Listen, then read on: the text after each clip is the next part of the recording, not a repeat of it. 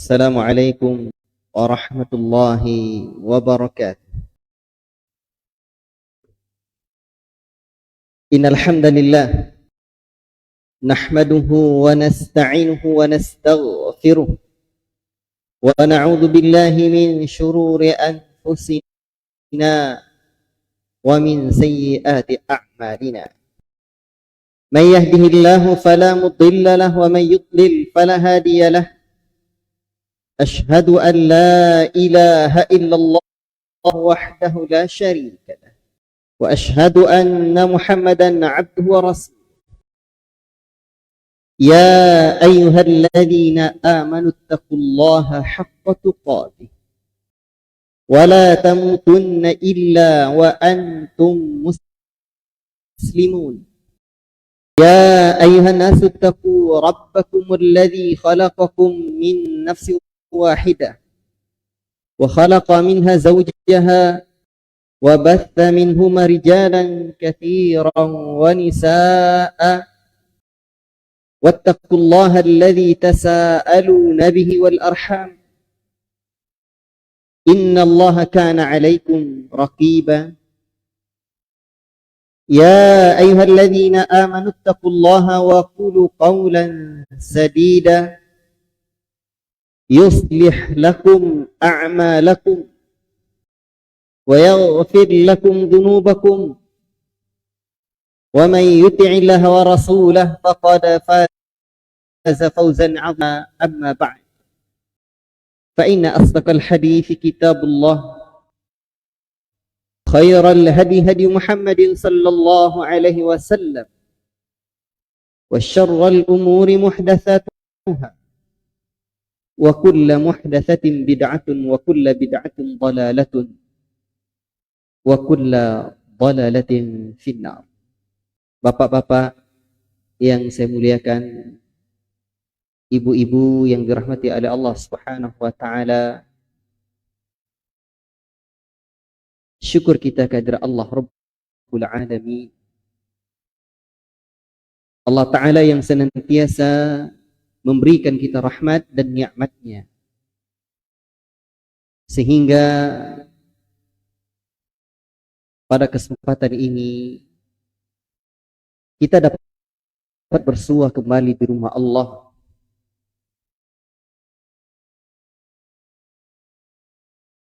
Banyak orang, bahkan kita, bertemu dengan kawan dan handai taulan, tapi pertemuannya tidak di rumah Allah, di kedai kopi, atau di tempat kerja. Dan alhamdulillah pertemuan kita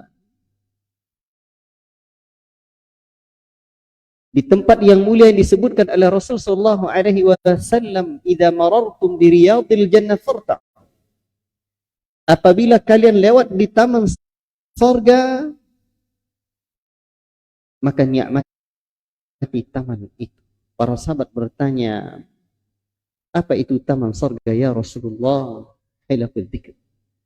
Halaqah, tempat berkumpul mengkaji Quran dan Sunnah, mengkaji tauhid, kaji iman, petunjuk Allah dan Rasulnya. Maka tempat ini dinamakan dengan Raudhatul Jannah, taman surga. Allahu akbar. Semoga Allah Ta'ala memberikan kita rizki untuk mendapatkan apa yang telah dijanjikan oleh Rasul sallallahu alaihi wasallam, keutamaan majlis ilmu. Wa majtama'a qaumun fi baitin min buyutillah, adalah satu kaum yang berkumpul di satu rumah dari rumah-rumah Allah Ta'ala, yatluna kitaballah, mereka membaca kitabullah, wa yatadarasunahu fima bainahum, mereka saling mempelajarinya, dan kita akan mempelajari ayat-ayat Allah, petunjuk-petunjuk Allah dan Rasulnya. Illa nazalat alaihimus sakinah wa ghashiyatuhumur rahmah wa haffathumul malaikah. Allah Subhanahu wa taala menurunkan ketenangan Dan Allah Ta'ala meliputi rahmatnya untuk kita. Dan Allah dan para malaikat pun membentangkan sayapnya karena sayang cinta kepada para penuntut ilmu. Wa dzakarahumullahu fi man 'inda, dan Allah akan menyebut orang-orang tersebut di hadapan para malaikatnya di atas sana. Allahu akbar. Ikhwati fillah, sahabat-sahabat semua yang saya cintai karena Allah Subhanahu wa taala, kita insyaallah lanjutkan kajian pengantar akidah Ahlus Sunnati wal Jamaah. Iko pengantar bawa Pak. Kalau ni yo nih. Kalau yo tobel kitab. Pembuka jalan untuk memahami akidah yang sahihah ini. Pembahasan kita sebelumnya lah ya donan takonang. Kita tengok tinggal lo catatan di rumah. Cuma itu dia awak. Lain mencatat jua pila entah kemana-mana. Jadi juga. Contoh tengok ada anak so kan.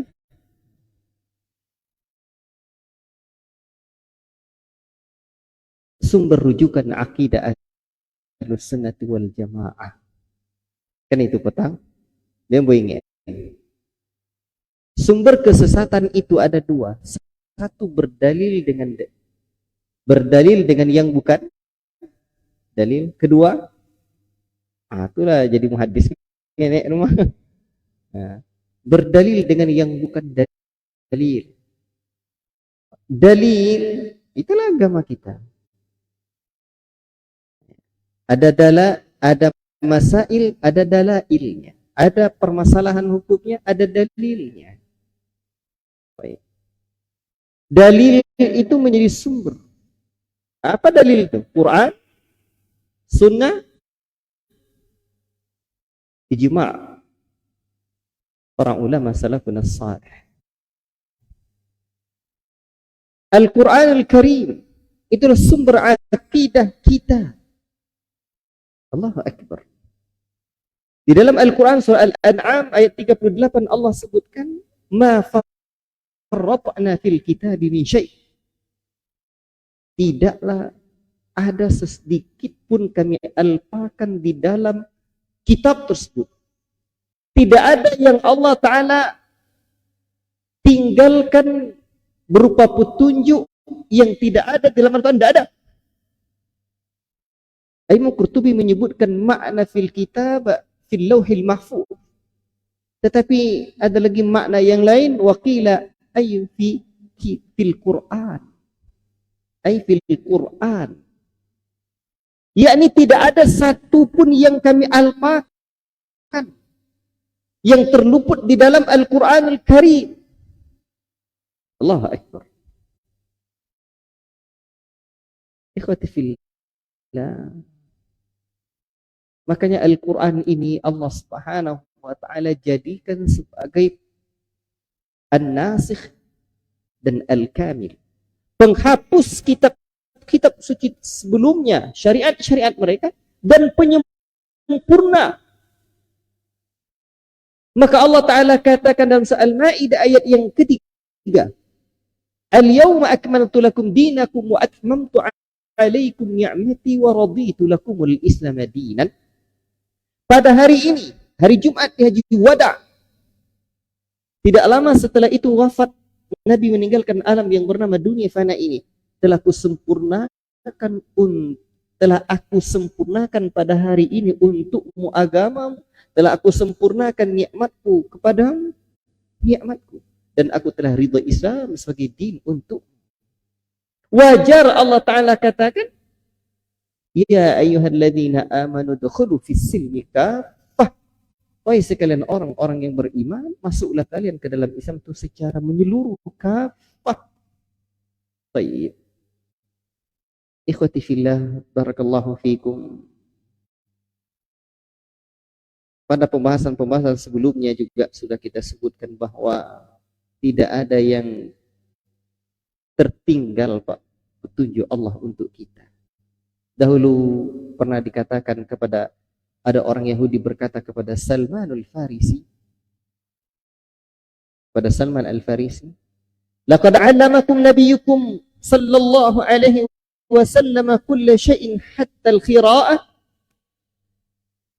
Sungguh Nabi kalian mengajarkan kalian semua perkara sampai etika buang hajat, masuk WC, masuk tandas. Betul kata Salman, ajari. Ya. Lalu Salman mengatakan, nahana an nastaqbilal qiblata bi gha'itin aw baulin. Nabi kami melarang menghadap kiblat ketika buang BAK dan BAD.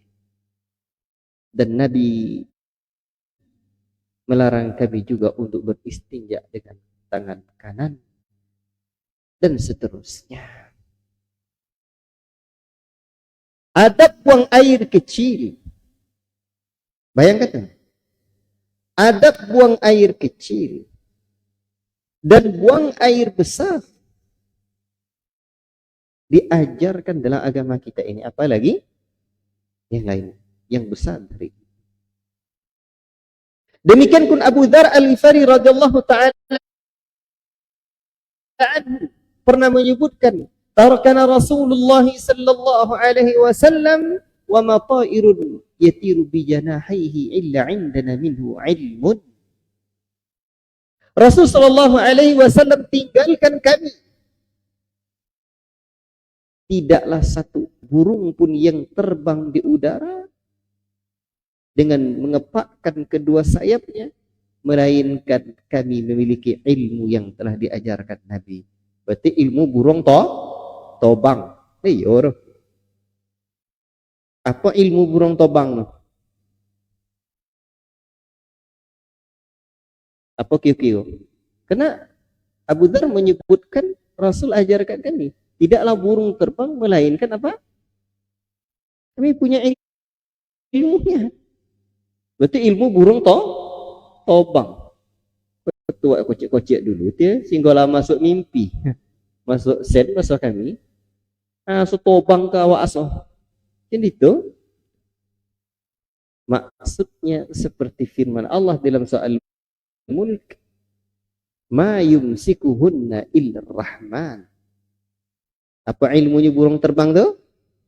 Tidaklah burung itu bisa terbang mengepakkan sayapnya melainkan dengan rahmat yang maha rahman. Itu ilmunya.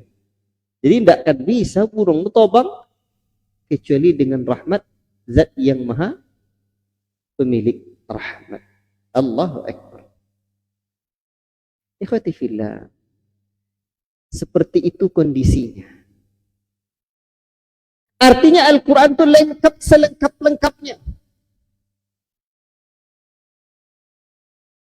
Maka kita tidak butuh yang lain. Tidak butuh kepada ilmu yang lain. Makanya Umar bin Khattab pernah menyebutkan, nahnu qaumun a'azzanallahu bil Islam. Kami adalah kaum yang Allah Ta'ala muliakan dengan Islam. فَإِذَا بَتَغَيْنَا الْعِزَّةَ بِغَيْرِهَا أَذَلَّنَا اللَّهِ. Apabila kita cari kemuliaan itu selain daripada Islam, Allah hinakan. Apabila kita cari kemuliaan itu selain dari Al-Quran sebagai ajaran Nabi, sebagai ajaran yang datang dari Allah, Allah hinakan. Maka mencari akidah, mencari keyakinan, mencari ibadat, carilah dalam Al-Quran dan petunjuk Nabi-Nya. Kalau jolenya kan? Baik. Ikhwati fillah, barakallahu fikum. Pembahasan kita sekarang adalah keotentikan akidah Ahlus Sunnati wal Jamaah. keotentikan akidah Ahlussunnati wal Jamaah. Biar ya yakin awak. Apa bahasa otentik? Jadi kita tanya ke Buya tadi. Siapa yang guru sih kan? Dan sembarang jawabnya otentik. Ustaz, otentik apa bahasa awak? Beko awak tak boleh tinggi-tinggi bahasa otentik. Tak paham. Itu pengertian saya. Apa ya? Otentik. Otentik, kita tengok ketanyaan ke Bagogel artinya apa arti otentik? Nah, keaslian. Itu boleh. Kok awak tak boleh tinggi-tinggi bahasa tak paham sana. Murni. Asli ini murni dah dia. Apa yang lain?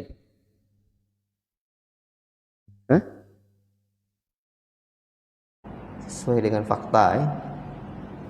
Kalau di Google apa adanya? Ya, sesuatu yang memiliki keaslian dan kebenaran yang tidak diragukan lagi. Berarti pembahasan kita adalah keaslian akidah Ahlussunnati wal Jamaah. Kedua apa cara sehingga dia aslinya Awak kan perlu nan asli kan? Ndak poles-poles lah.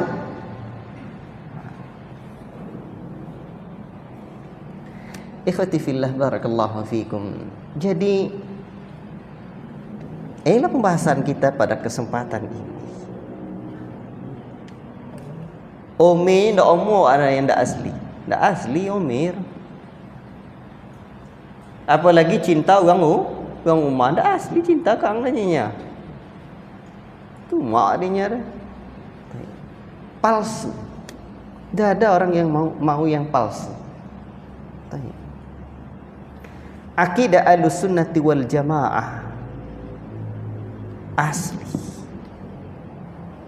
Dan sesuatu yang asli itu berharga. Jangan sampai dalam hidup yang singkat dan sesaat ini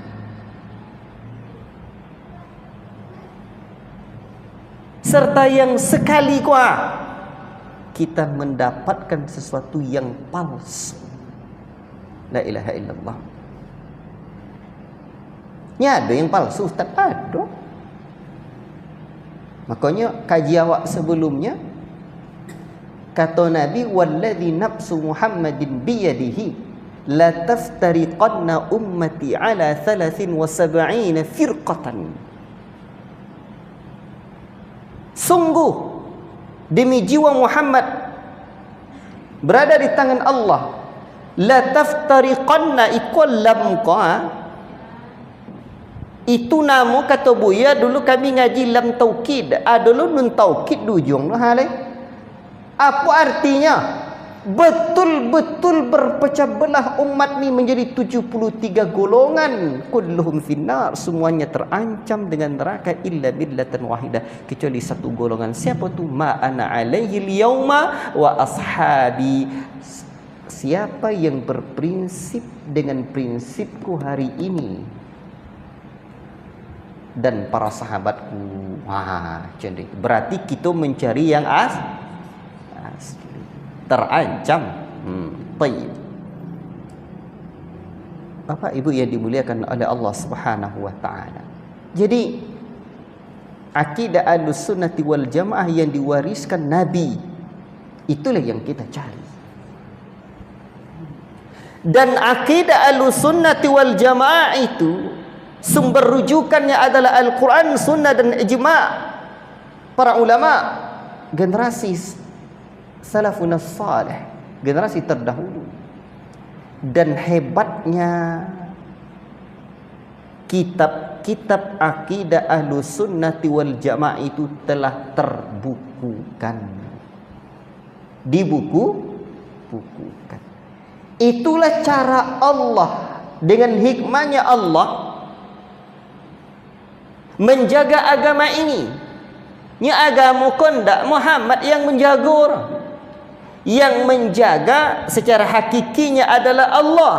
Ketika Allah menyebutkan inna nahnu nazzalna dzikra wa inna lahu lahafizun, sesungguhnya kami yang menurunkan zikra. Zikra tu maknanya kalau kita tengok perkataan para muhaqqiqin seperti Imam Ibn Hajar dan juga dikuatkan oleh Syekh Muhammad Nasiruddin Al-Albani rahimahullah taala adalah Al-Quran dan hadis. Kami pula yang menjaganya. Wa inna nahnu nazzalna dzikra wa inna lahu lahafizun. Betul-betul kami jaga. Dijaga di Allah. Bagaimana cara Allah menjaganya? Hikmah Allah Ta'ala menciptakan di alam ini ada para ulama yang hafal Al-Quran dan hadis itu di dada mereka. Tertanam akidah itu di keyakinan mereka, di hati mereka, hafal itu yang disampaikannya.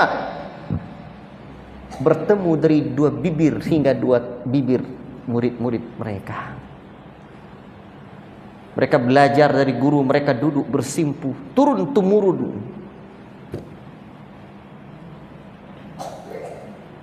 Dan periwayatan dalam Islam tak tanggung-tanggung, tak cerita ke cerita. Salah satu syarat hadis itu baru diterima yarwihi adun tabilun an mithlihi mu'tamadun fi dhabtihi wa naqlihi. Syarat pertamanya adalah adlun dhabitun. Adil, dhabit, hafalannya kokoh, hafalan kokoh di dadanya atau di kitabnya. Adil tu apa? Adil tu dua, istiqamatul din dan istiqamatul muru'ah. Istiqamah agamanya dan istiqamah muru'ahnya, menjaga adab, menjaga etika. Kuat hafalannya. Kalau cinta awak tu tak ada orang. Istiqamah agama tu tak pun apa dutonya. Dapat pura-pura berduto, tak isam. Dan ada orang macam itu, ada. Maka itulah kekhususan agama kita ini. Ada 3 agama kita ko yang tak ada di agama lain kelebihan umat ko. Pertama ilmu sanad, 2 ilmu apa tang? I'rab, 3 ilmu nasab. Kan itu? 1 ilmu sanad. Periwayatan. Dari mana dapat kaji itu? Dari guru. Guru di mana? Dari gurunya lah. Gurunya tu dari gurunya lah bersambung sampai ke Nabi. Tak dari dalam mimpi lah. Itu bersambungnya kaji. Baik. Tak dari cerita kan? Cerita. Jadi ikhwati fillah, di antara cara Allah menjaga agama ini, Allah Ta'ala menjaga agama ini melalui lisan, melalui tulisan para ulama yang terbukukan. Jadi akidah Ahlussunnah wal Jamaah telah dibukukan sejak awal zaman umat ini, yakni di zaman generasi terbaik umat ini. Siapa zaman generasi terbaik umat itu? Yang disebut dengan salaf, generasi terdahulu. Allahu Akbar. Jadi akidah Ahlussunnah yang kita baca-baca kini ndak di zaman awak aja orang. Baik. Sejak zaman dahulu ada sanad kitab-kitab tua. Bapak Ibu yang dimuliakan oleh Allah Subhanahu wa taala. Dan saya ingin menyampaikan bahawa setiap abad atau dari abad ke abad ada kitab-kitab akidah Ahlussunnah wal Jamaah yang sudah ditulis. Mana-mana aja tu. Di abad pertama Hijriyah. Berarti abad pertama Hijriyah tu masih hidup para sahabat. Pakai papan tulis? Beko nya pakai rekam, beko payahlah. Bisa lah.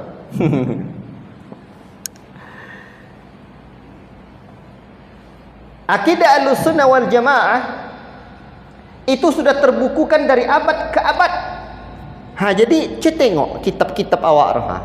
Lah ada ndak?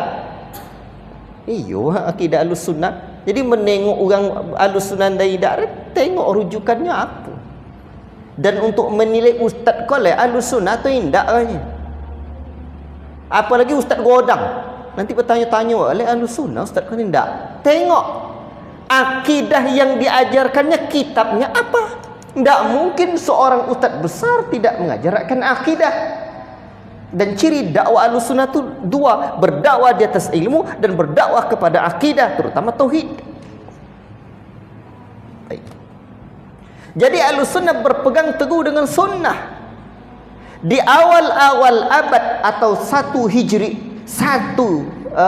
abad ke-1 itu kitab itu belum terbukukan seperti abad-abad setelahnya. Timbul pertanyaan, itu apa? Tidak ada ya? Tidak ada Ustaz. Nanti ada di abad kedua Hijriyah. Itu abad kedua, kan abad pertama apa cara? Ragu adanya orang. Masa kitab akidah tidak terbukukan di abad 1 Hijriyah?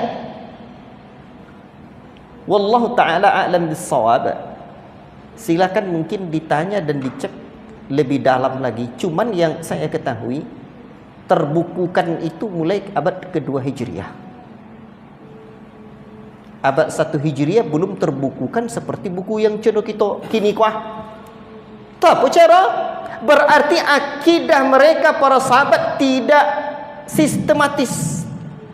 Akidah mereka tidak komprehensif. Iya cenderung itu. Tidak. Dulu ilmu nahu juga belum terbukukan. Bahkan kalau mengikut pendapat yang lebih masyhur, walaupun terjadi perbedaan pendapat, Al-Quran baru terbukukan menjadi mushaf seperti yang sekarang ini adalah tolong joleh seperti detail dengan cendawa. Tapi jadilah terbukukan di zaman Uthman bin Affan. Kitab-kitab hadis di zaman-zaman para sahabat belum terbukukan seperti mudahnya kita sekarang. Enggak. Tu yo ragu buat dia Ustaz. Apa cara? Cendiko cara. Mereka dulu tidak butuh dengan perangkat dan alat-alat untuk memahami seperti kita butuh buku sebagai alat untuk memahami. Pemahaman mereka murni, bersih, lurus tanpa ada campuran. Itu yang perlu diingat dulu. Al-Quran mereka hafal. Hadis Nabi mereka hafal. Pemahaman mereka lurus. Sehingga Nabi menyebutkan khairul quruni qarni, sebaik-baik generasi adalah generasiku. Mereka yang Allah sanjung kuntum khaira ummah. Kalian adalah sebaik-baik umat. Sehingga Ibnu Mas'ud menyebutkan mereka para sahabat abarru hadhil ummati quluban, orang yang paling baik hatinya, yang paling dalam ilmunya. Ajib. Sehingga tidak ada nulis kitabnya Abu Bakar, tidak kita ketahui ada kitab tulisannya tentang fikih, tidak ada. Tapi bisakah kita mengatakan bahwa Imam Syafi'i lebih alim daripada Abu Bakar? Oh tidak. Tidak kita jumpai Umar bin Khattab menulis kitab akidah Ahlussunnah wal Jamaah. Tapi bisakah kita mengatakan Imam As-Sabuni lebih alim ilmu akidah ketimbang Abu Bakar, ketimbang Umar? Tidak. Tidak kita jumpai Sayyidina Utsman radhiyallahu ta'ala anhu menulis kitab tentang apa? Akhlaq, tentang muamalah. Tapi bisakah kita mengatakan ulama setelahnya lebih alim daripada Uthman? Demikian pun Ali radhiyallahu ta'ala anhu? Tak. Tak apa cara tidak menulis kitabnya? Tidak butuh mereka. Tak butuh. Pemahamannya dah betul. Dan orang cukup memahami, cukup menerima dari Al-Quran dan hadis. Sami'na wa ata'na. Mereka cukup mendengar dan cukup taat. Dan manakala datang pemahaman-pemahaman dari luar, datang orang-orang yang belum serius hatinya, belum masuk iman ke hati, belum masuk ke dalam Islam, ingin merusak Islam, dibawa pemahaman dari Yunani, pemahaman dari Romawi dan pemahaman dari luar masuk dalam Islam, lah nyusak. Orang tidak butuh buku-buku seperti sekarang zaman itu, tapi begitu masuk pemahaman yang keliru perlu diluruskan.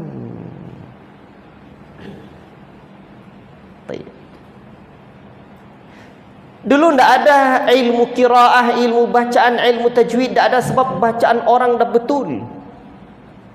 Manakala bacaan mereka sudah tidak betul, perlu ditulis agar tidak keliru lagi, ilmu qiraah atau ilmu tajwid. Ilmu nahwu contoh itu juga. Manakala Abul Aswad Ad-Du'ali mendengar adanya banyaknya orang-orang yang keliru dalam mengucapkan bahasa Arab, akhirnya perlu dibuat buku tentang kaedah-kaedah ilmu nahwu. Barulah dibukukan. Jadi karena pemahaman sudah banyak yang keliru, lah banyak yang rusak, baru dibutuhkan buku-buku dan ilmu alat. Dan penyusunan buku itu kan adalah sistematika untuk memahami hakikat ilmu itu, kan ya? Kocaroha berarti alat untuk memahami. Kalaulah perlu alat, berarti ada bondo dan usak, kan ya? Kami dulu ada kolte kami dengan ayahmu dulu. Ya, pernah dulu menggali juga ya, lama menggali dulu, menggali kota. Ada kolte baru kami beli. Kolte namur terketek ya. 120. Ada sebelumnya kami beli motor Dutro, dia sebontanya dah usak. Koma adanya. Tapi kami beli kolte ketek, tapi buka kote. Lah 5 tahun tak apa-apa, dah tak ada usah ganti olinya. Jadi yang ori itu tak perlu alat untuk memperbaiki. Kalaulah banyak alat, contoh ilmu alat tu, ilmu nahwu, ilmu saraf, ilmu mustalah hadis, ilmu ulumul Quran, kan ilmu alat untuk memahami Al-Quran dan hadis. Itu nama alat apabila lah banyak, tanda barang lah banyak dan usah. Lei faham? Lei masuk? Jadi kini kok makin banyak kerusakan, makin banyak lo perlu ilmu baru dah. Kan ya? Kalau dulu tak perlu. Makanya di abad 1 Hijriah, di zaman mereka para sahabat tidak perlu ilmu dan contoh takut, termasuk pembukuan ilmu akidah, sebab mereka juga paham akidah yang sahihah dari Al-Quran dan Sunnah. Dan Nabi bukan tidak perhatian dengan akidah. Selama 13 tahun Nabi di Mekah, fokus utamanya adalah akidah, kan ya? Dan sebenarnya seumur hidup Nabi mengajarkan akidah tauhid, tapi fokus 13 tahun tu banyak akidah. Luar biasa. Tu bisa awak menyatakan Nabi tidak elok akidahnya atau tidak sistematis akidahnya, keliru. Itu orang yang ingin merusak kita, dari kalangan orang orientalis yang meragukan kehebatan mereka para sahabat. Demikian pun ulama-ulama setelahnya seperti Al-Imam Syafi'i. Kalau kita tengok kitab Al-Um Imam Syafi'i, tidak sebanyak pembahasan di dalam kitab-kitab fikih setelahnya. Bahkan kalau kita bandingkan kitab Al-Imam Nawawi dengan kitabnya Al-Imam Syafi'i, pembahasan Al-Imam Nawawi dalam permasalahan-permasalahan tidak sebanyak pembahasan Al-Imam Syafi'i. Tapi beranikah kita menyatakan bahwa Al-Imam Nawawi yang hidup setelahnya jauh lebih hebat daripada Al-Imam Syafi'i? Padahal Imam Nawawi adalah ulama mazhab Syafi'i. Azan dulu ya? Okey. Jazakallah. Tafadhal. Ikhwati fillah, barakallahu fiikum. Kenapa pembahasan ini perlu kita angkat dan pahami? Di saat kita belajar ilmu akidah, dan akidah itu disebut akidah kerana dia keyakinan yang kokoh di dalam hati, dan nanti akan ada ahlul batil yang akan menggoyahkan keyakinan kita itu. Apalagi kalau ngaji duduk dituduh ngaji sama orang Wahabi kedan manyanya. Tular. Apalagi pula ada video yang beredar Wahabi produk Yahudi. Itulah Wahabi wadanya. Atau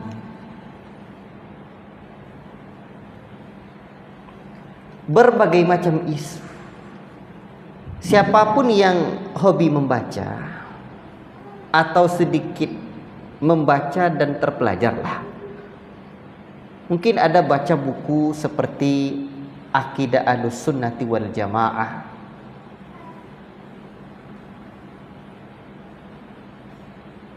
namun isinya sebenarnya bukan akidah Ahlussunnah wal Jamaah. Dan di negeri ini banyak buku yang seperti itu beredar.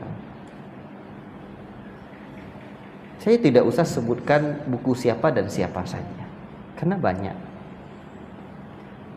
Namun di antara buku itu, 4 halaman awal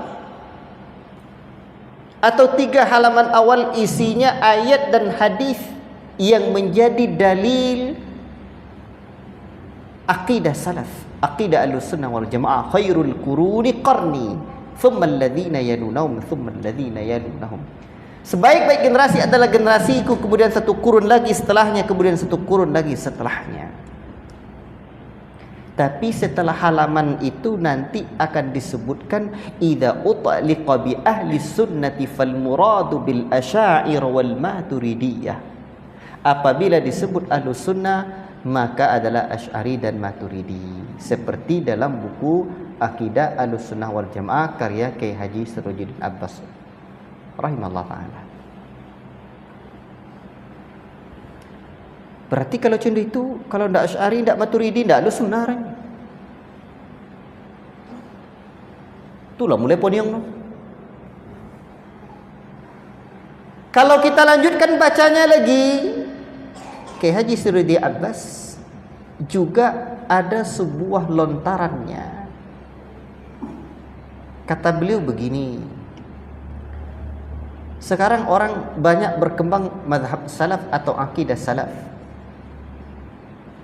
Kata beliau, apa yang dinamakan mazhab salaf itu pada hakikatnya adalah mazhab Ibnu Taimiyah, yang dikatakannya mazhab salaf, atau dengan kata lain boleh disebut mazhab salafnya Ibnu Taimiyah. Jadi kini kau orang ngaku mazhab salaf tu mazhab Ibnu Taimiyah nyodonya.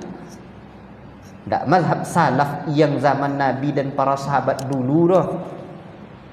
Itu kan geger wadainya. Dan buku Kiai Haji Sirojuddin Abbas itu banyak di bagian akhirnya mencela Syekhul Islam Ibnu Taimiyah dan Syekh Muhammad bin Abdul Wahhab. Lihat dapat baca. Ambo tomat nama orang. Itu buku dulu. Tapi alhamdulillah buku itu juga yang mengantarkan saya belajar lebih dalam tentang akidah salaf. Karena begitu kita belajar di luar dan baca lagi, belajar lagi, kita jumpai yang lain juga mengaku Ahlussunnah wal Jamaah. Kok mana nani yo nyeti? Sebab banyak bono. Tapi lah dapat kesimpulan khairul quruni qarni, sebaik-baik generasiku. Pikiran ambo waktu itu kalau cendeiko yang dicari cendu apa yang murni, yang seperti diajarkan Nabi kepada para sahabat dulu, yang di zaman para tabi'in, di zaman tabi'ut tabi'in itu nan kita cari. Kan ya? Kan jeli rumah. Berarti kalau cendu itu tak perlu dua pandangan lain dah. Apa je lah. Untuk itulah kita cari kitab-kitab terdahulu di masa salaf tu, mananya kitab tu. Baiklah, kalau seperti itu kita perlu tahu kitab-kitab ulama, kitab-kitab akidah Ahlussunnah dari abad ke abad, dari masa ke masa sampai ke abad awal. Namun abad pertama jangan cari je kitab lah. Takut dalam ilmu apa-apa besok adik-adik dapat dia, oh lah dulu ada sahabat yang membukukan ni kau, dapat dia penelitian dengan otentik pula penelitiannya. Alhamdulillah, tunjuklah bosok tu. Cuman yang dapat yang kini bu abad kedua Hijriah. Mulai di abad kedua Hijriah ada kitab risalah yang ditulis, dan risalah ini mulai risalah Ahlussunnah, akidah Ahlussunnah wal Jamaah, yang disebut dengan kitab Munazarah Ja'far bin Muhammad As-Sadiqah ma'a Rafidi fi tafdili baina Abi Bakar wa Ali. Itu bahasa Arab, bahasa Arab Melayu. Debat antara Ja'far bin Muhammad As-Sadiqah dengan Rafidah, orang-orang Syiah, tentang permasalahan siapa yang lebih utama, Abu Bakar atau Ali. Karena orang-orang Syiah lebih mengutamakan Ali. Bahkan yang ekstrim tu salah Jibril nyinya. Wahyu dia ke Ali sebono salah ginnya tagin ke Muhammad nyinya. Itulah itu leru. Yang ada yang mengatakan Ali itu Tuhan. Dan di antara keyakinan mereka yang dibantah oleh Imam Ja'far As-Sadiqah yang hidup tahun 80 sampai 148 Hijriah, 148 beliau wafat, itu adalah bantahan mereka untuk mereka terkait tentang mana yang lebih utama antara Abu Bakar atau Ali. Dan Ahlussunnati wal Jamaah meyakini yang lebih utama setelah Rasulullah adalah Abu Bakar. Berarti kan mulai membantah, kitab mulai lahir. Sebelum itu tidak ada kitab dah. Sebab orang meyakini semuanya bahwa setelah Nabi yang paling utama adalah Abu Bakar. Begitu mulai kerancuan datang, lah banyak dan rusak kalang-malangnya tak kok keyakinannya tadi, maka mulailah butuh kitab, ditulis kitab ini. Itu kitab abad kedua Hijriah. Beliau wafat 148 Hijriah. Karena keterbatasan waktu, apa cepet ngene. Kitab yang kedua ditulis di abad kedua Hijriah adalah Al-Qadar wa ma warada fi dzalik min al-athar. Takdir dan dalil-dalil tentangnya, karya Al-Imam Abdullah ibn Wahab. Ini beliau hidup 125 Hijriah hingga 197 Hijriah. Artilah ada kitab tu kan zaman itu. Jadi belakangan ada lagi orang yang mengingkari qadar, tak percaya nya ada takdir dak. Rukun iman 5 dak nyanyi takdir dak ada dak orang. Itu lagu lama. Diulanglah balik. Baik ya. Itu abad kedua Hijriah. Sekarang masuk ketika abad ketiga Hijriah. Mulailah kitab-kitab makin banyak ditulis. Sebab penyimpangan makin banyak. Maka kalau kita lihat kitab-kitab para ulama di dalam masalah akidah, ada yang ditulis untuk menjelaskan akidah Ahlussunnah wal Jamaah, tapi ada yang model kitabnya ditulis untuk membantah golongan-golongan yang menentang sunnah. Di abad ketiga Hijriyah adalah kitab yang terkenal, Usulus Sunnah, pokok-pokok akidah Islam, karya Abu Bakar bin Al-Humaidi. Jadi Usulus Sunnah karya Al-Imam Al-Humaidi yang wafat, yang hidup 170 Hijriah sampai 219 Hijriah. Berarti ada kitab Usulus Sunnah. Kini awak pengikut sunnah berupayalah untuk mempelajari kitab-kitab terdahulu. Jangan hanya ketika orang menuduh kita orang Wahabi kalian banyak kida Muhammad bin Wahab kajinya. Iyalah pula di abad, kan abad belakangan, abad belasan beliau. Kaji kitab yang awal jua. Dan yang kitab Syekh Muhammad bin Abdul Wahab apa kajian Usulus Salasah. Iya Syekh Muhammad bin Abdul Wahab nulis tu mah. Baik. Yang berikutnya kitab Al-Iman. Pembahasan tentang iman karya Abu Ubaid Qasim Al-Qasim bin Salam, wafat 224 Hijriah. Itu pembahasan tentang iman. Jadi Ahlussunnah kalau ada yang nyebut ngaji iman ni, apa pembahasan nak ngaji iman? Ayolah kita bahas bicara tentang iman. Ngobrol perkara iman. Saya mendapati jemaah yang paling lengkap mengaji iman adalah jemaah Ahlussunnah wal Jamaah. Baik. Kemudian kitab Al-Iman karya Imam Ibnu Abi Syaibah yang wafat 235 Hijriah. Kemudian kitab, tidak saya sebutkan satu persatu ya. Nanti terlalu banyak yang mungkin yang ingin saya sebutkan saja. Di antaranya juga karya Al-Imam Ahmad ibn Hanbal, dan ini terkenal, Usulus Sunnah, pokok-pokok akidah Islam. Saya ngajar kitab ini, kajian kitab ini di Taluk Kuantan, di Masjid Imam Syafi'i di Taluk Kuantan. Usulus Sunnah itu sudah 8 kali pertemuan, itu baru pembahasan tentang bid'ah. Baik. Itu kitab yang luar biasa, membahas tentang akidah dan manhaj Ahlussunnah wal Jamaah. Di zaman Imam Ahmad bin Hanbal, manakala kita baca biografinya, banyak ulama-ulama atau ahli ilmu berguguran mempertahankan akidah Ahlussunnah wal Jamaah ketika fitnah Al-Quran dikatakan sebagai makhluk. Imam Ahmad bin Hanbal tahan mati, walaupun dianiaya, walaupun disakiti, Imam Ahmad bin Hanbal tegak walaupun seorang diri. Makanya di antara imam yang terkenal dengan imam Ahlussunnah adalah Imam Ahmad ibn Hanbal. Namun kalau ditanya siapa pendiri akidah Ahlussunnah, Rasulullah, selesai. Siapa pendiri akidah salaf? Rasulullah. Tapi kalau ditanya siapa pendiri akidah Jahmiyah, itu nisbatnya kepada pemimpinnya Jahm bin Safwan. Akidah Asy'ari Maturidi, Imam Abdul Hasan Asy'ari atau Imam Maturidi. Jadi penisbatannya ke situ. Ahlussunnah siapa pendirinya? Rasulullah. Baik. Kemudian kitab apa lagi?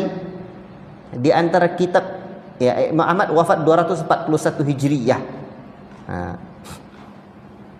Dan beliau juga menulis kitab Ar-Raddu ala Zanadiqah wal Jahmiyah, bantahan terhadap kaum zindik dan pengikut Jahmiyah. Kemudian kitab di zaman itu juga ada Khalqu Af'alil Ibad. Ini juga karya Al-Imam Al-Bukhari. Perbuatan hamba ini adalah ciptaan Allah. Kemudian Syahrus Sunnah karya Al-Imam Al-Muzani. Imam Al-Muzani wafat 264 Hijriyah, dan ini adalah murid kontan Imam Syafi'i. Jadi siapapun yang ingin belajar akidah Imam Syafi'i, belajarlah kitab Syahrus Sunnah Al-Muzani, karena itu muridnya. Ajib. Saya pernah ikut daurah ini, kitab ini dengan Syekh Abdul Razak, hafizahullah taala. Ya. Itu kitab akidah ditulis oleh murid Imam Syafi'i. Jadi jangan kadang awak keliru sampai kita mengatakan, berani orang Indonesia mengatakan bahwa Imam Syafi'i bukan ahli akidah, cuma hanya ahli fikih. La ilaha illallah. Keliru sangat. Itu akibat tidak dapat pemahaman yang tadi itu. Saking hebatnya Imam Syafi'i, beliau tidak tulis kitab tentang akidah, pemahamannya luar biasa. Saking hebatnya orang zaman Imam Syafi'i tidak butuh tetap kitab tentang itu. Itu dia. Tidak bisa. Imam Syafi'i itu pakar akidah juga. Buktinya beliau melahirkan seorang murid yang menulis kitab akidah. Murid itu kan terlahir dari gurunya. Itu buktinya muridnya aja hebat, apalagi gurunya. Walaupun tidak nafikan ada murid yang lebih hebat dari guru, tapi mau tahu akidah Imam Syafi'i, nih diantaranya. Atau diteliti lagi, makanya lahir nanti kitab Manhaju Imam Asy-Syafi'i fi Itsbatil Aqidah, metode Imam Asy-Syafi'i dalam menetapkan akidah. Baik. Kemudian setelahnya kitab apa lagi? Saya ambil yang tidak semuanya, mengingat waktu. Di antaranya juga adalah kitab yang ditulis oleh Imam Ibnu Abi Asim. Ini banyak ya, dalam abad yang ketiga Hijriah ini banyak kitabnya. Tapi di antaranya adalah kitab Imam Ibnu Abi Asim yang berjudul Kitabus Sunnah, kitab As-Sunnah. Jadi zaman itu As-Sunnah itu adalah sebuah istilah untuk akidah atau prinsip dasar dalam agama. Karya Imam Ibnu Abi Asim yang wafat 287 Hijriah.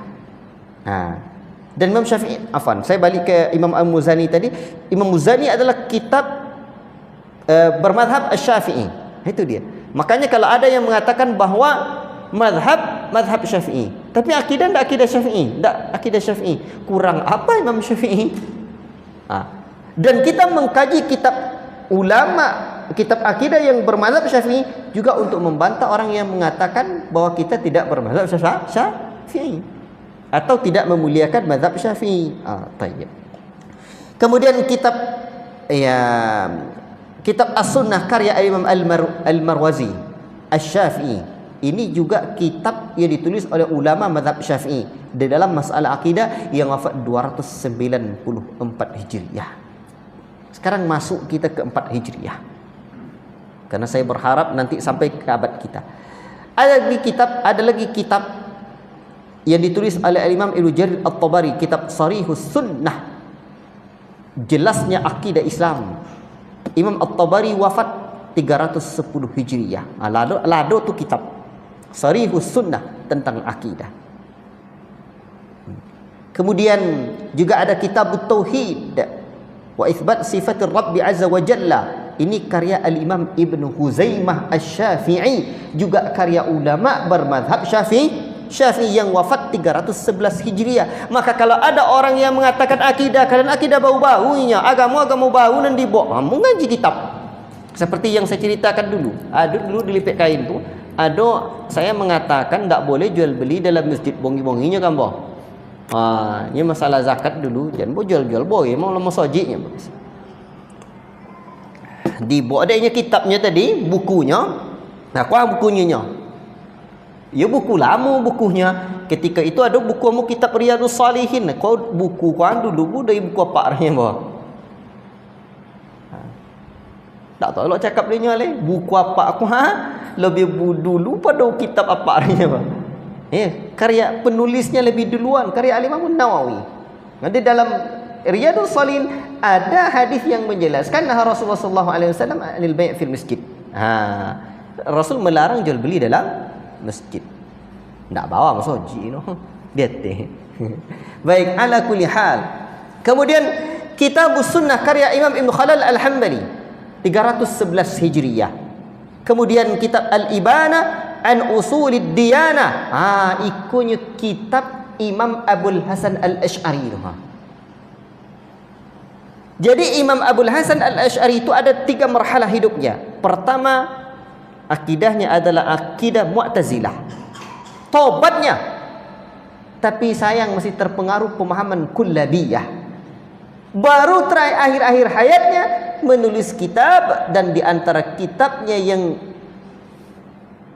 sudah berakidah Ahlussunnah wal Jamaah, satu Al-Ibana an Usulid Diyanah, dan yang kedua adalah kitab Maqalat Al-Islamiyyin. Itu kitab beliau wafat 324 Hijriah.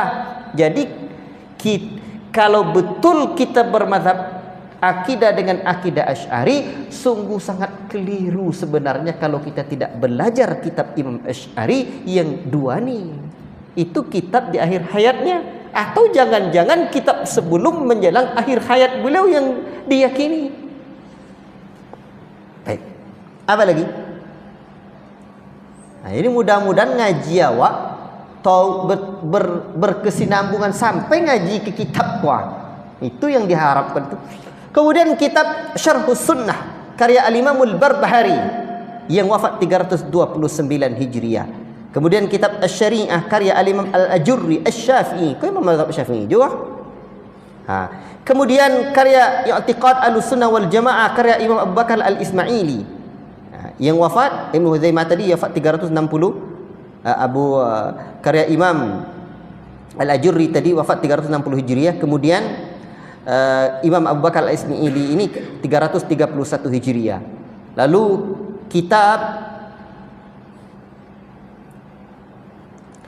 Kitabun Nuzul, ini turunnya Allah, ya, karya Imam Daruqutni 385 Hijriah. Jadi nyoba kalian condong urang nak kalian Allah Ta'ala ya. Turunlah. Baiklah, kalau seperti itu ada ndak pendahulu kita di dalam pernyataan dalam akidah ini? Ada. Nih, Imam Daruqutni mengkhususkan Kitabun Nuzul. Kemudian apa lagi? Kitabul Iman karya Imam Ibnu Mandah yang wafat 395 Hijriah. Tadi Imam Daruqutni 385 Hijriah. Demikian juga karya, kita masuk saja abad yang kelima Hijriah, Syarah Usul I'tiqad Ahlussunnah wal Jamaah. Ini di antara kitab yang terkenal karya ulama mazhab Syafi'i yang wafat 418 Hijriah, karya Imam Al-Lalikai Asy-Syafi'i, Syarah Usul I'tiqad Ahlussunnah wal Jamaah, penjelasan tentang i'tiqad Ahlussunnah wal Jamaah. Berikutnya Aqidah Salaf wa Ashabul Hadis karya Imam As-Sabuni Asy-Syafi'i. Beliau wafat 449 Hijriah. Ya, Buya Dasman ada ngaji kitab itu di Ubay bin Ka'ab. Kemudian itu mazhab Syafi'i. Imam As-Sabuni itu Aqidatus Salaf wa Ashabul Hadis. Jadi orang yang membantah kita tidak berakidah Ahlussunnah itu atas dasar apa? Ini kitab yang kita pelajari dan yang kita ajarkan. Di sini sebenarnya saya termenung, Allahu Akbar. Dan alhamdulillah kita belajar kitab-kitab ini. Atau rujukan para ulama kita kitab-kitab ini. Direkomendasikan mereka untuk belajar kitab-kitab ini. Alhamdulillah. Kemudian juga kitab I'tiqad Al-Imam Syafi'i. Ini sudah ditulis oleh seorang ulama yang bernama Imam Ali bin Ahmad Al-Hakkari yang wafat 486 Hijriah. Jadi kalau mau belajar kitab ini. Baiklah. Kemudian abad ke-6 Hijriah.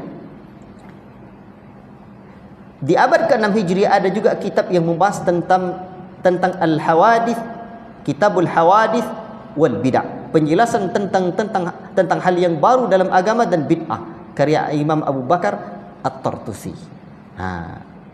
Ini beliau sudah membahas tentang bid'ah. Jadi tidak baru-baru yang kita yakini sekarang. Kemudian kitab Aqidah karya Abu Ya'la. Demikian juga Al-Hujjah fi Bayanil Mahajjah. Ini Al-Imam Abu Qasim At-Taimi Asy-Syafi'i. Dan apabila kita baca kitab-kitab ini banyak keunikan. Kata guru-guru kita, kata para ulama kita, memang banyak kita dapat faedah. Ya, di antaranya, dahulu ada orang yang meyakini bahwa sang pencipta itu bukan hanya Allah, tapi juga saya, katanya. Dicarinya daging, diletakkannya dalam toples, dibiarkannya busuk, datanglah ulat. Kalau zaman kita, sungguh sangat idiot sekali orang yang mengatakan dia bisa menciptakan ulat.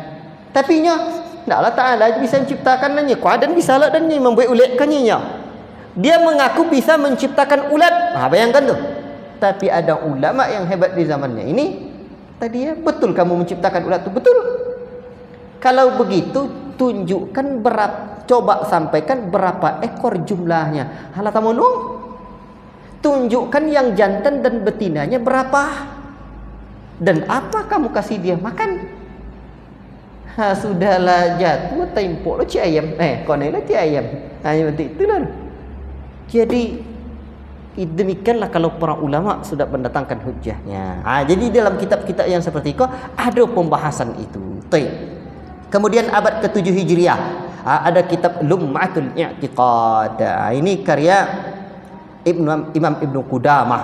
Ini kitab bagus ya dalam masalah akidah. Isbat sifatul ulu, beliau juga penetapan tingginya Allah, ketinggian Allah, karya Imam Ibnu Qudamah yang wafat 620 Hijriah. Kemudian kitab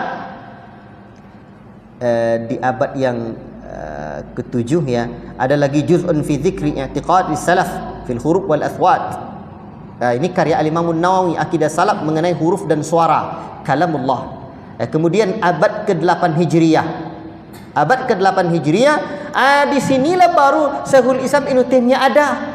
Artinya sebelum beliau sudah ada Imam Ibnu Taimiyah, sebelum Ibnu Taimiyah sudah ada ulama-ulama yang Ahlus Sunnah yang mendahului beliau dalam menulis kitab akidah.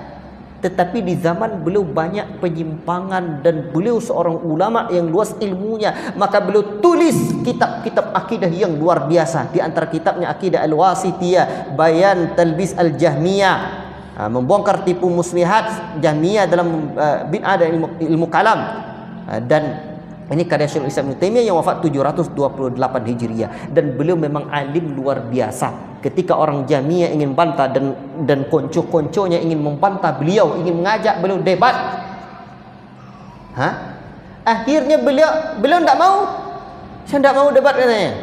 Tapi saya tahu kesalahan kalian dalam 90, dalam sekian banyak masalah. Beliau sampaikan. Akhirnya yang beliau sampaikan itu ditulis pada saat itu juga. Ditulis. Kelabakan mereka menulisnya. Begitu mereka bawa ke kelompoknya, alaupun yang lainnya tidak membantah perkataan Syekhul Islam Ibnu Taimiyah itu. Padahal Syekhul Islam Ibnu Taimiyah hanya mendiktekan dalam sekali duduk. Itulah yang dikenal dengan kitab At-Tis'ainiyah. Seingat saya. Barakallahu fikum. Jadi luar biasa. Kemudian kitab Al-Ulu li Ali Al-Azim. Karya ini karya Imam Az-Zahabi Asy-Syafi'i. Jadi penetapan ketinggian Allah itu karya Al-Imam yang bermazhab Syafi'i. Itu di abad ke-8 Hijriah, wafat 748 Hijriah. Berikutnya Syarah Aqidah At-Tahawiyah karya Imam Abu Iz Al-Hanafi. Kita masuk ke 9 Hijriah. Afwan, saya agak percepat. Ada kitab At-Tajridut Tauhidil Mufid. Ini karya Al-Maqrizi Asy-Syafi'i. Jadi dulu kitab tauhid itu yang terkenal adalah kitab Syekh Muhammad bin Abdul Wahab, tapi sebelum beliau juga sudah ada kitab tauhid. Inilah karya Tajridut Tauhid Al-Mufid karya Imam Al-Maqrizi Asy-Syafi'i, juga ulama bermazhab Syafi'i yang wafat 845 Hijriah. Itu apa cara Ustaz? Sama akidahnya dengan yang kita pelajari di abad sekarang. Alhamdulillah. Kemudian kitab apa lagi? Abad ke-10 Hijriah. Abad ke-10 Hijriah. Ya, di antara kitab yang ditulis adalah kitab Miftahul Jannah fil Ihtijaji bi as-Sunnah, kunci surga dalam berhujjah dengan sunnah. Ya, demikian juga Al-Amru bil Ittiba' wan Nahyi 'anil Ibtida', perintah untuk mengikuti sunnah dan larangan untuk bid'ah, karya Al-Imam Suyuti 911 Hijriah. Abad ke-11 Hijriah, para ulama banyak menulis kitab lagi. Di antaranya adalah Adillah Mu'taqad Abi Hanifah fi abwabi Rasul alaihi salatu wassalam, dalil-dalil keyakinan Abu Hanifah mengenai orang tua Rasul sallallahu alaihi fi abawai Rasulullah sallallahu alaihi wasallam. Dalil-dalil keyakinan Abu Hanifah mengenai orang tua Rasul sallallahu alaihi wasallam. Tadi Imam Abu Hanifah sebenarnya juga menulis kitab yakni Fiqhul Akbar dalam akidah. Baik. Namun kitab tentang hal ini, keyakinan Imam Abu Hanifah terhadap orang tua Rasulullah ini, karya Al-Imam Al-Allama Ali Al-Qari Al-Hanafi. Demikian juga kitab Tahqiq Al-Burhan fi Itsbat Haqiqah Al-Mizan karya Imam Yusuf Al-Alama Mar'i bin Yusuf Al-Hambali. Abad ke-11 Hijriah. Di antara kitab yang ditulis di abad ke-12 Hijriah adalah As-Sa'iqah Al-Muhriqah ala Mustawsifi ala Mutasawwifah Ar-Raqasah, ya. Petir pembakar atas para sufi zindik tukang joget. Karya Muhammad ibn Safiyuddin Al-Hanafi. Demikian juga kitab Al-Buhur Al-Zakhirah fi Ulumil Akhirah, lautan luas pembahasan tentang akhirat. Ini karya Al-Alama As-Safarini Al-Hambali. Baik, abad ke-13 Hijriah. Ini zaman hidupnya Syekh Muhammad bin Abdul Wahab. Kitab yang beliau tulis Usulul Thalatha, kemudian kitab Qawaidul Arba', kemudian kitab Tauhid, kemudian kitab Kashfus Syubhat. Kalau diurutkan untuk belajar, kata Syekh Abdul Razak, Usulul Thalatha, Kitabul Arba', Qawaidul Arba', kemudian kitab Tauhid, kemudian Kashfus Syubhat. Inilah Syekh Muhammad bin Abdul Wahab yang orang tuduh kita sebagai Wahabi, pengikut Syekh Muhammad bin Abdul Wahab ini. Padahal kitab yang kita pelajari jauh sebelum Syekh Muhammad bin Abdul Wahab sudah hidup, sudah kita pelajari kitab-kitab itu. Jadi tuduhan terhadap akidahnya hanya akidah Wahabi saja itu keliru. Baik. Kemudian abad ke-13 ini juga ada kitab yang lain yang ditulis oleh para ulama yang lain, namun tidak saya bacakan. Abad ke-14 Hijriah ada As-Sab' Al-Azab ala man sabba al-ashab. Ini timpaan azab atas orang yang mencela para sahabat, karya Imam Abdul Ma'ali Al-Alusi yang wafat 1342 Hijriah. Adapun abad ke-15 Hijriah, itulah di zaman kita. Kini berapa? Abad tahun berapa kini? 1445 Hijriah. Berarti kita hidup di zaman abad yang ke-15 Hijriah. Dan di antara ulama yang terkenal dalam mengajarkan akidah di zaman ini adalah Syekh Muhammad bin Abdul Aziz bin Baz, ya. Di antara akidah kitab yang beliau kitab akidah beliau adalah Aqidah As-Sahihah, ya, akidah yang benar, dan lawan-lawannya. Demikian juga Mukhtasar Al-Ulu karya Syekh Muhammad Nasiruddin Al-Albani rahimahullah taala. Ini kitab ringkasan dari kitabnya Al-Imam Az-Zahabi. Demikian juga dengan Syekh Muhammad bin Shalih Al-Utsaimin Aqidah Ahlussunnah wal Jamaah, ya. Dan beliau adalah termasuk ulama dalam abad yang ke-15 Hijriah ini. Namun sekarang geliat penulisan kitab-kitab akidah makin luar biasa.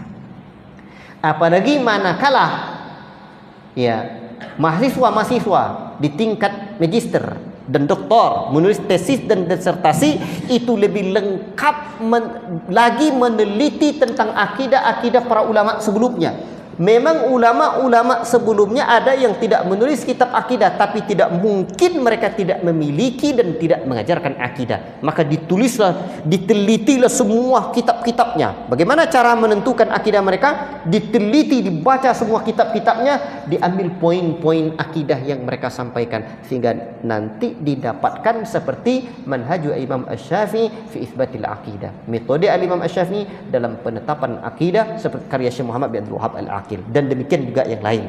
Nanti Imam Al-Mawardi dan imam-imam yang lain misalkan nanti diteliti. Ada Imam Ahlussunnah yang diteliti, ada yang tidak. Apa sebenarnya akidah mereka? Sehingga alhamdulillah nyata dan jelaslah mana yang hak dan mana yang batil tersebut. Maka wajar Rasul menyebutkan, laqad taraktukum ala mathalil bayda lailuha kanahariha la yazighu anha ba'di illa halikun. Sungguh aku telah tinggalkan kalian putih berseri, terang benderang, mana nan joli itu mana yang tidak jelas, malamnya saja laksana siang, malamnya saja laksana siang saking terangnya. Tidaklah ada orang yang menyimpang dari jalan yang terang ini illa halikun, melainkan dia akan binasa. Wallahu taala a'lam bissawab. Mohon maaf saya tidak bisa membacakan detail seluruhnya.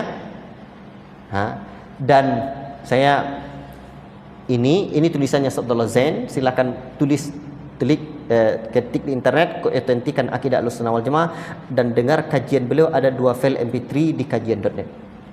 Itu bisa didengar, dan banyak lagi penjelasan-penjelasan para ulama yang lain dalam masalah ini. Jelas dan nyatalah bagi kita jalan untuk menempuh akidah yang benar, insyaallah taala. Wallahu taala a'lam bissawab. Yang benar hanya dari Allah, yang salah dari pribadi saya yang menyampaikan. Hanya kebenaran yang mesti kita ikuti, ya. Mudah-mudahan kita dapat lanjutkan pada pekan yang akan datang. Wassallallahu wasallam ala nabiyyina Muhammad wa ala alihi washabbihi ajmain. Subhanakallahumma bihamdika asyhadu an la ilaha illa anta astaghfiruka wa atubu ilaik. Wassalamu alaikum warahmatullahi wabarakatuh.